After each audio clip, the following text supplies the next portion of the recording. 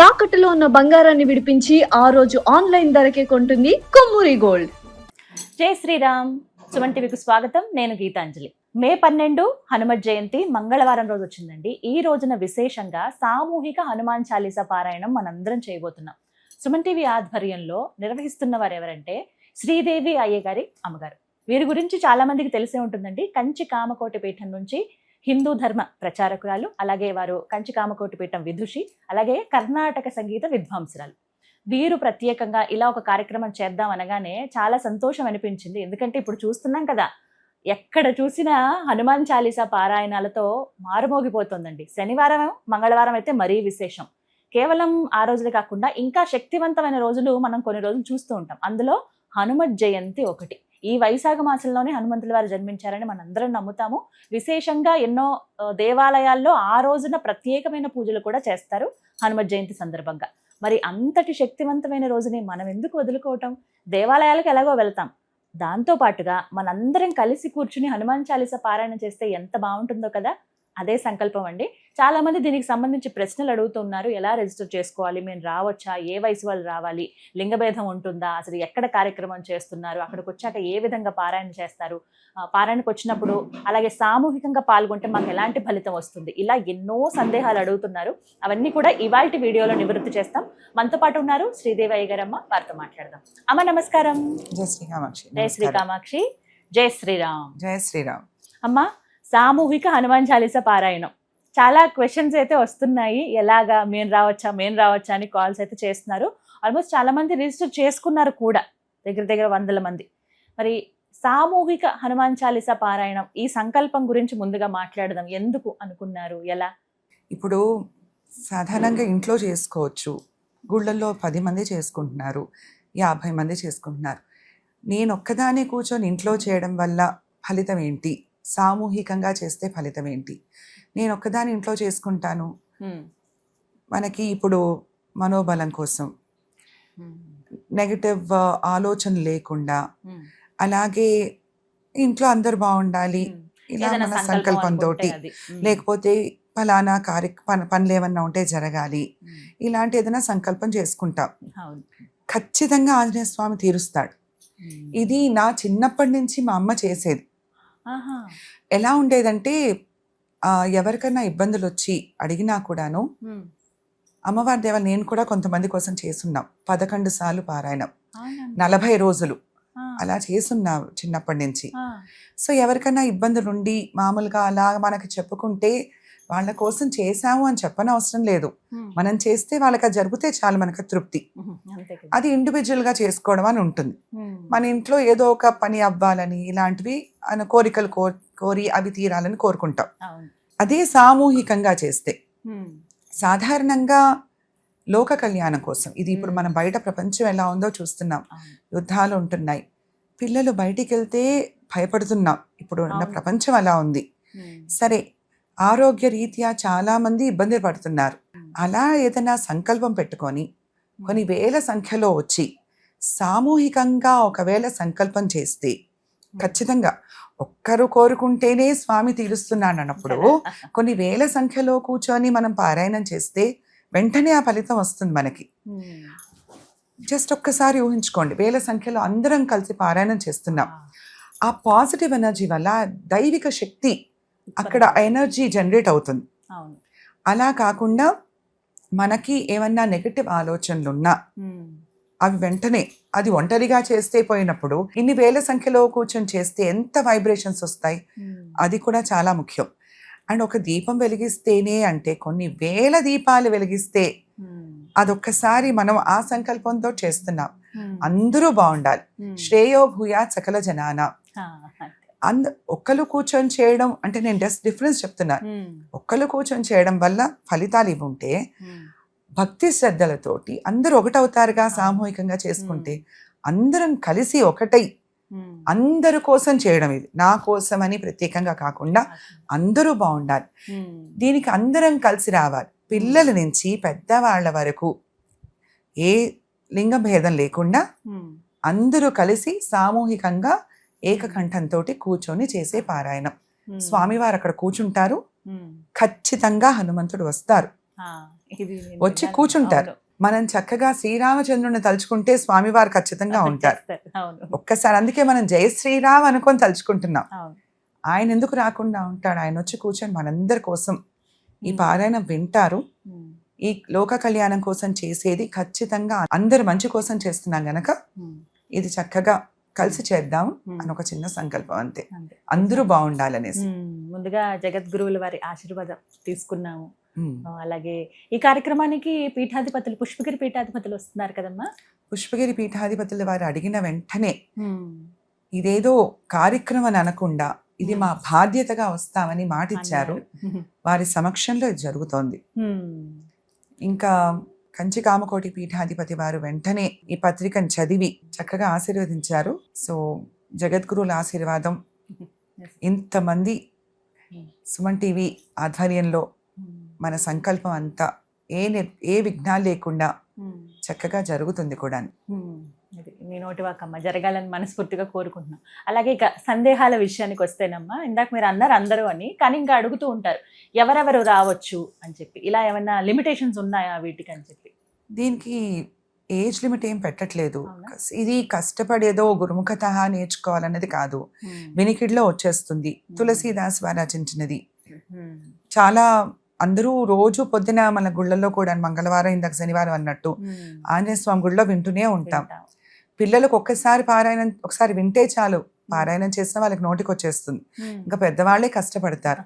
మనం ముందరే PDF ఇద్దాము, పుస్తకాలు కూడా ఇళ్ళల్లో ఉంటాయి, వాళ్ళు తీసుకొని రావచ్చు.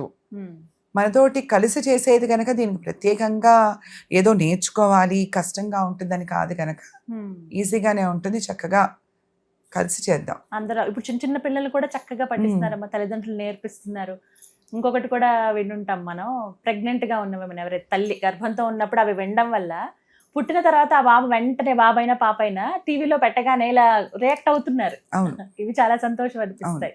అంటే ఆ గర్భంలో ఉండి కూడా వింటున్నారు, వారికి అర్థం అవుతుంది అని చెప్పి చిన్నపిల్లలు కూడా రావచ్చు. ఒకటి చెప్తానమ్మా, ఇప్పుడు సుందరకాండ గురించి శ్రీరామాయణ ఒకవేళ తలుచుకుంటే చూసుకుంటే మనము సుందరకాండ అనేది సుందరంగా ఉంటుంది, అన్ని సుందరంగా ఉంటాయి. సుందరే సుందరో రామ, రాముడు అందంగా ఉంటాడు, సీతమ్మ వారు అందంగా ఉంటుంది, హనుమ అందంగా ఉంటారు, నిజంగా చాలా అందంగా ఉంటారు. సుందరకాండ అందంగా ఉంటుంది. అక్కడ సుందరమైన ఆ వనం అందంగా ఉంటుందిట, ఈ కథ అందంగా ఉంటుంది అనేసి ఒక రామాయణ ఒక శ్లోకం కూడా రాశారు సుందరకాండ మీద. ఆ కథలోకి వెళ్తే, సుందరకాండ కథలోకి వెళ్తే ఎలా ఉంటుందంటే, హనుమంతుడు వెళ్ళాడు, చూసి రమ్మంటే కాల్చి వచ్చాడు, సీతమ్మ వారి దర్శనం చేసుకున్నాడు. ఆయనకి ఎన్ని ఇబ్బందులు పడ్డాడు ఆయన, అంతకన్నా కష్టాలు మనం పడుతున్నాం. కానీ ఆయన అది చూపించాడు మనకి, నేను పడిన కష్టం కన్నా మీరు పడుతున్నారా. కానీ ఆయన ధైర్యం తెచ్చుకొని ఆయన కూడా అంటే ఇంకా నాకు అమ్మవారు కనిపించలేదు అని ఆయన ఒక్కసారి అనుకొని ఆయన ప్రాణాన్ని కూడా వదిలేద్దాం అనుకున్నారు. అందుకే ఎవరైనా చాలా ఇబ్బందులు పడుతున్నప్పుడు సుందరకాండ పారాయణం చేయమంటూ ఉంటారు, హనుమాన్ చాలీసా చదువుకుంటే చాలు అని. ఆయన ఉండగా మనకేల చింత కదా. ఆయన అక్కడికి వెళ్ళి అయ్యో ఇది అవసరమా నాకు, నేను సాధించగలుగుతానని ఆయన అనుకొని సీతమ్మ దర్శనం చేసుకొని వచ్చే శ్రీరామచంద్రుడిని ఆయన గనక ఆ మాట చెప్పకపోయింటే శ్రీరామాయణం ఏమైపోయేది? హనుమంతుడు ఉన్నాడు గనకే శ్రీరామాయణం ముందరికి వెళ్ళింది, చక్కగా సీతమ్మ వారు వచ్చారు, సంతోషంగా ఉన్నారు అనే నమ్మకంతో ఆయన మన కోసం అంతా చేశాడు గనక ఇక్కడున్న జనాలందరి ప్రాబ్లమ్స్ కూడాను ఆయనే ప్రాబ్లమ్స్ సాల్వ్ చేస్తాడు, ఆయనే రక్షిస్తాడన్న భావనతో మనం అందరూ బాగుండాలనేసే చేసుకుంటున్నాం. ఆయన ఉండగా ఇంకా ఏల చింత, చక్కగా చేసుకుందాం. దీనికి ఏజ్ లిమిట్ ఏమీ లేదు, అందరూ రావాలి, పిల్లల నుంచి పెద్దవాళ్ళ వరకు అందరూ రావాలి, అందరూ కలిసి చేసుకుందాం. అలాగే డ్రెస్ కోడ్ ఏమన్నా ఉంటుందా? ట్రెడిషనల్ అటైర్, సాంప్రదాయ దుస్తులు. అంటే మనం గుడికి వెళ్ళినప్పుడు ఎంత సాంప్రదాయంగా ఉంటామో అలాగా వస్తే చాలమ్మా. అంతగా ఏమి ప్రత్యేకంగా మనం ఏం డ్రెస్ కోడ్ పెట్టిన అవసరం లేదు. ఇప్పుడు మనం డ్రెస్ కోడ్ పెడితే మళ్ళీ వాళ్ళెవ్వరు ఇబ్బంది పడకుండా వాళ్ళ దగ్గర ఉన్నది చాలు.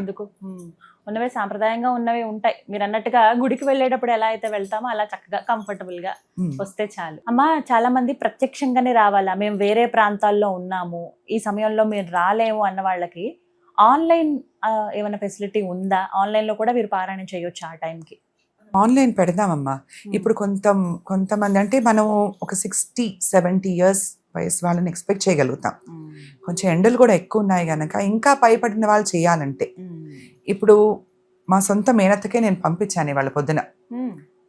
పెద్దవాళ్ళు ఉంటారుగా, వాళ్ళు రాని పక్షంలో చక్కగా ఆ రోజు మనం ఇక్కడ పారాయణం చేసే టైంలో వాళ్ళ ఇళ్లలో కూర్చొని చేసుకోవచ్చు. చక్కగా లైవ్ చూపిస్తాం కాబట్టి లైవ్ ఇస్తాం గనక చక్కగా వాళ్ళు లైవ్ చూస్తూ ఆ 11 సార్లు వాళ్ళు చేయొచ్చు.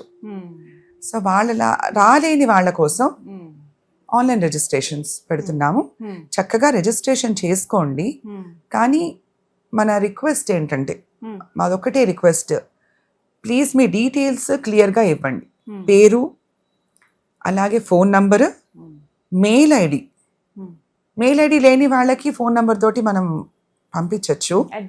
అడ్రస్ మాత్రం క్లియర్గా పిన్ కోడ్ తోటి ఇస్తే గనక మనం ప్రసాదాలు వెంటనే ఒక 2-3 రోజులు, మాక్సిమం 1 వీక్, అంతకన్నా లేట్ చేయము, వాళ్ళకి ఇవ్వగలుగుతాం. అది డీటెయిల్స్ కరెక్ట్ గా ఇవ్వగలిగితే గనక బాగుంటుందని అంతే. మరి వచ్చే భక్తులు ఎవరైతే ఉన్నారో పారాయణానికి వచ్చే వారికి ఏమేమి అందిస్తున్నాం మన తరపు నుంచి? వారికి ఏమేమి ఇస్తారు? మనకి ఆంజనేయ స్వామి గుడిలో ముందు రోజు చక్కగా స్వామి వారికి సింధూర లేపనం చేయించి ఆ సింధూరం ప్రసాదంగా ఇద్దాము. అలాగే రక్షా కంకణాలు, వచ్చిన ప్రతి ఒక్కరికి రక్షా కంకణాలు పూజ చేసి ఆంజనేయ స్వామి దగ్గర పెట్టి పూజ చేయించిన తర్వాత మనం వాళ్ళకి అందజేస్తాము. ప్రసాదం, సర్టిఫికెట్, ఇది అందరికీ చేతికి ఇవ్వడం కన్నా ఈ సర్టిఫికెట్ అని ఇచ్చేస్తాం. మనకు పారాయణం అయిన తర్వాత ఇప్పుడు ఆన్లైన్ రిజిస్ట్రేషన్, ఆఫ్లైన్ రిజిస్ట్రేషన్ 2 ఉంది కనుక అక్కడ డైరెక్ట్గా వచ్చిన వాళ్ళకి ప్రసాదాలు, రక్షా కంకణం కానీ సింధూరం కానీ వెంటనే ఇవ్వడం జరుగుతుంది. ఆన్లైన్లో రిజిస్టర్ చేసుకున్న వాళ్ళకి ఒక 2-3 రోజుల వ్యవధిలో వెంటనే ఈ సర్టిఫికెట్ కానీ రక్షా కంకణాలు, ప్రసాదాలు అన్నీ అందజేస్తాం. సో కంప్లీట్ అడ్రస్ మాత్రం ఇవ్వడం మర్చిపోకండి. మీకు కార్యక్రమం జరిగి ఇప్పుడు 12వ తారీఖున అయిపోతే మంగళవారం, మీకు బుధ, గురు, శుక్రవారంలోగా మీకు ప్రసాదాలు మీ ఇంటి దగ్గరికి చేరే విధంగా బాధ్యత అయితే మాది. ఖచ్చితంగా 2-3 రోజులు, ఎందుకంటే ఆ హడావుడి ఉంటుంది కాబట్టి ముందు. దాంతోపాటుగా ఆన్లైన్లో పార్టిసిపేట్ చేసిన వాళ్ళకి ఈ సర్టిఫికేట్ ఇవ్వడం జరుగుతుందండి. కార్యక్రమం అయిపోయిన వెంటనే పంపించేస్తాం కాబట్టి వారు తీసుకోవచ్చమ్మా. అందరికీ ఈ సర్టిఫికేట్ ఇస్తామమ్మా, ఇలా బై హ్యాండ్ ఏమైనా ఇస్తారా? బై హ్యాండ్ మనం వచ్చిన ఇన్ పర్సన్ వచ్చి పార్టిసిపేట్ చేసే వాళ్ళకి మామూలుగా అన్న ప్రసాదాలు, రక్షా కంకణం, సింధూరం అవన్నీ ఇస్తాం. మనము ప్రతి పారాయణం తర్వాత అరటిపండు నైవేద్యం పెట్టి తమలపాకులతో పూజ చేస్తున్నాం. అది కూడాను అందరూ వచ్చిన వాళ్ళకి ఇవ్వగలుగుతాం. ఆన్లైన్ పార్టిసిపెంట్స్కి మాత్రం సింధూరము, రక్షా కంకణం, ఈ సర్టిఫికెట్ ఇస్తాం. వచ్చిన వాళ్ళకి అక్కడ మళ్ళీ మనం వాలంటీర్స్ని పంపించి అక్కడ మళ్ళీ అందరూ ఇబ్బంది పడకుండా అందరికీ ఈ సర్టిఫికెట్ ఇచ్చేస్తే పార్టిసిపేషన్ సర్టిఫికెట్ ఇస్తాం. పార్టిసిపేట్ చేసినందుకు ఎవ్వరికి ఇబ్బందులు లేకుండా కంఫర్టబుల్గా ఉంటుంది. అంటే మన ప్రోగ్రామ్ ఈజీగా ఎవ్వరికి కష్టం లేకుండా, అక్కడ వచ్చిన వాళ్ళకు కూడా ఇబ్బంది లేకుండా ఉండడం కోసం అన్ని ఈ సర్టిఫికెటే చేసేస్తున్నాం. అమ్మ, మరి ఇప్పుడు వచ్చిన వాళ్ళకి ఎలా అమ్మ, ఏమైనా టోకెన్ సిస్టమ్ ఉంటుందా? వాళ్ళని ఎలా అలౌ చేస్తారు లోపలికి? రిజిస్ట్రేషన్ చేసుకున్న వెంటనే ఒక టోకెన్ స్లిప్ వస్తుంది.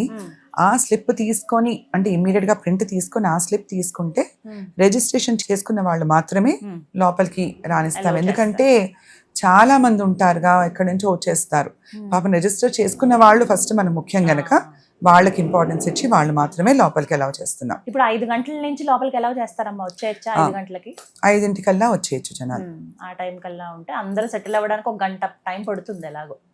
ఇక 6-6:30 తర్వాత ఇక కార్యక్రమం ఎలా ఉంటుంది ఇవన్నీ కూడా నెక్స్ట్ వీడియోలో చెప్దామమ్మా. ఎలా అసలు ఎప్పుడు ఏమేమి జరుగుతాయి ఏంటి అనేది ఇంకా చక్కగా డీటెయిల్ గా చెప్తాం. ఇంకా చాలా మంది ఈ క్వశ్చన్స్ అయితే అడిగారు. ఇంకా ఏమైనా సందేహాలు ఉన్నట్లయితే నేను మళ్ళీ మిమ్మల్ని సంప్రదిస్తాను. తప్పకుండా. చాలా సంతోషం అమ్మా. అందరం చక్కగా కలిసి పారాయణ చేద్దాం. అందరం కలిసి చక్కగా హనుమాన్ చాలీసా పారాయణం చేసుకొని ఆ హనుమంతుడి అనుగ్రహం పొందాలని కోరుకుంటూ అందరం మే 12వ తారీఖు తప్పకుండా కలుద్దాము. జై శ్రీరామ్, జై శ్రీ కామాక్షి, హర హర శంకర, జై జయశంకర. థ్యాంక్ యూ అమ్మా. నమస్కారం.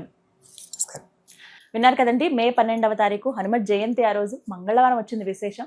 చక్కగా ఎవరైనా దేవాలయాలకు వెళ్ళాలంటే మీరు ఉదయం పూట వెళ్ళి వచ్చేసిన సాయంత్రానికి చక్కగా తీరుబడిగా రండి. అందరూ రావచ్చు, ఫ్యామిలీ అంతా పార్టిసిపేట్ చేయొచ్చు, మా అందరికీ చదివే అలవాటు ఉందండి అనుకునే వాళ్ళు చక్కగా 4 రండి, 5 ఉంటే 5 రండి. చక్కగా కూర్చుని వేల గొంతుకలు అంటే ఒకే స్వరంతో హనుమాన్ చాలీసా పఠిస్తే ఆ వైబ్రేషన్ ఎలా ఉంటుంది, ఆ ఎనర్జీ అవన్నీ కూడా మనం ఫీల్ అవ్వచ్చు. చాలా అరుదుగా దొరుకుతాయి ఇలాంటి అవకాశాలు, ఇది ఒకటి దృష్టిలో పెట్టుకోండి. అలాగే మీకు రిజిస్ట్రేషన్కి ఫోన్ నెంబర్ ఇచ్చాము, ముందుగా కాల్ చేసి ఏమైనా డౌట్స్ ఉంటే చెప్పండి. మీకు త్వరలో లింక్ కూడా అందించడం జరుగుతుంది, దాని ద్వారా ఎంత రుసుము ఉంది ఏమిటి ఈ వివరాలన్నీ కూడా చెప్తారు. మీరు అవన్నీ చక్కగా చూసి రిజిస్టర్ చేసుకోండి. ఒకవేళ మీరు ఆఫ్లైనే మేము వస్తామనుకుంటే అది పర్వాలేదు, ఆన్లైన్లో పార్టిసిపేట్ అవుతామండి మేము దూర ప్రాంతంలో ఉన్నాము అన్న వాళ్ళకి ఎలాంటి ఇబ్బంది లేకుండా ముందుగా మీరు ఫస్ట్ రిజిస్ట్రేషన్ చేసుకున్నప్పుడే గూగుల్ ఫామ్ ఉంటుందండి, అందులో మీరు చక్కగా అడ్రస్ అనేది కరెక్ట్గా ఇవ్వండి. ఎందుకంటే ప్రసాదం మీ ఇంటికి త్వరగా చేరే అవకాశం ఉంటుంది, ఎలాంటి కన్ఫ్యూజన్ లేకుండా. మన అందరూ తప్పకుండా ఈ కార్యక్రమంలో పాల్గొంటారని కోరుకుంటూ మేము అందరం ఎదురు చూస్తున్నాం మీ రాక కోసం. అక్కడ అందరం కూర్చుని హనుమంతుల వారిని కలిసి హనుమాన్ చాలీసా పారాయణ చేద్దాం. నమస్కారం. జై శ్రీరామ్.